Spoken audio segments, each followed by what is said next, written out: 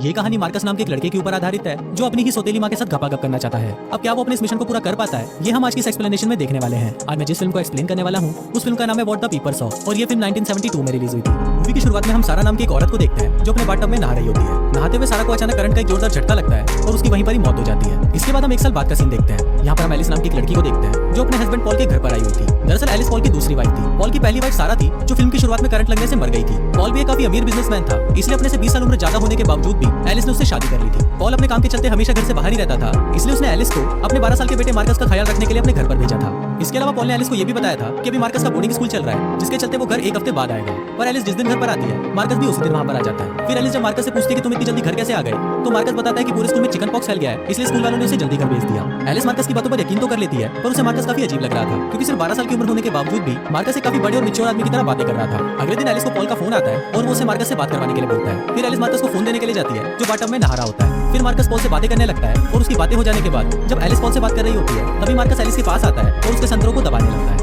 Alice को ये सब देखकर बहुत गुस्सा आता है, पर वो मार्कस को कुछ कहे बिना ही वहाँ से चली जाती है। अब ऐसे ही कुछ दिन बीत जाते हैं और हमें पता चलता है कि मार्कस का कोई भी दोस्त नहीं है और वो एक बहुत ही बिगड़ा हुआ और हरामी बच्चा है। एलिस तो एक माँ की तरह मार्कस का बहुत अच्छे से ख्याल रख रही थी, पर मार्कस हमेशा ही उसको पेलने के बारे में सोचता रहता था। कुछ दिन बाद पॉल भी अपने बिजनेस ट्रिप से वापस आ जाता है और एलिस और मार्कस उसको एयरपोर्ट पर लेने के लिए जाते हैं। फिर कार से घर आते वक्त पॉल के मन में हवस जागने लगती है और वो चलती हुई कार में ही एलिस की मौत के कुएं के अंदर उंगली करने लगता है। एलिस को भी इससे काफी मजा आने लगता है, जिस कारण उसका सड़क से ध्यान हट जाता है और उसका एक्सीडेंट होते होते बच जाता है। घर आने के बाद एलिस और पॉल मार्कस को बाहर खेलने के लिए भेज देते हैं और खुद घर के अंदर पलंग तोड़ गपागप करते हैं। फिर रात को सभी डिनर करने के लिए एक होटल में जाते हैं। वहाँ पर पॉल एलिस से पूछता है कि क्या तुमने मेरे ड्रॉर में से पैसे निकाले थे, जिस पर एलिस उसे बोलती है कि मैंने नहीं, मार्कस ने लिए थे जब वो पहले दिन स्कूल से घर आया था। पर इस पर मार्कस पॉल को बोलता है कि मैंने तो सिर्फ $300 ही लिए थे। फिर एलिस मार्कस को बोलती है कि उस दिन तुम तो बता रहे थे कि तुमने पूरे पैसे लिए थे, पर इस पर मार्कस उसे मना कर देता है और बोलता है कि मैंने तो ऐसा कुछ नहीं बोला। अब पॉल भी मार्कस की बातों को मान लेता है और उसे लगने लगता है कि पैसे एलिस ने ही लिए थे। फिर घर आने पर एलिस मार्कस का रूम चेक करती है, लेकिन वहाँ पर उसे कोई पैसे नहीं मिलते, पर उसे वहाँ पर एक फटा हुआ लेटर मिलता है जिसको वो अपने पास रख लेती है। अगले दिन जब मार्कस और पॉल स्विमिंग कर रहे होते हैं तब मार्कस पॉल को बताता है कि एलिस मेरा बिल्कुल भी ध्यान नहीं रखती और वो उसे ये भी बताता है कि एलिस मुझे बिल्कुल भी पसंद नहीं करती।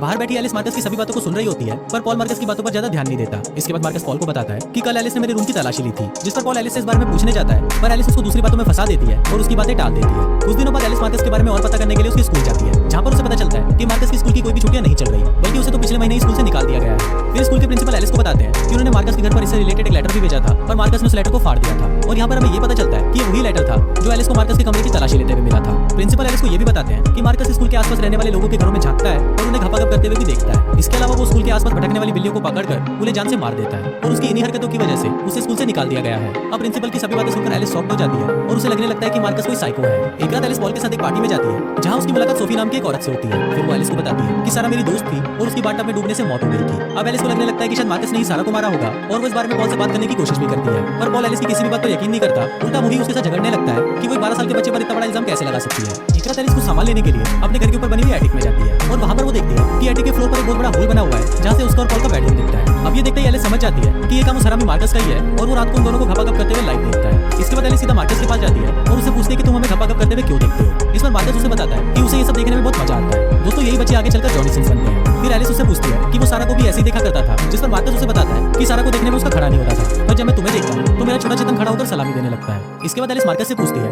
कि सारा की मौत कैसे हुई, जिस पर वो उसे बताता है कि सारा को हार्ट अटैक आया था। इस पर एलिस उसे बोलती है कि तुम झूठ बोलना बंद करो, मुझे पता है कि उसकी मौत बाथटब में करंट लगने की वजह से हुई थी। एलिस मार्कस को बोलती है कि तुम बहुत कुछ जानते हो पर तुम मुझे कुछ भी बता नहीं रहे, पर इस पर मार्कस उसे बोलता है कि मैं तुम्हें क्यों बताऊं, इसमें मेरा क्या फायदा होगा।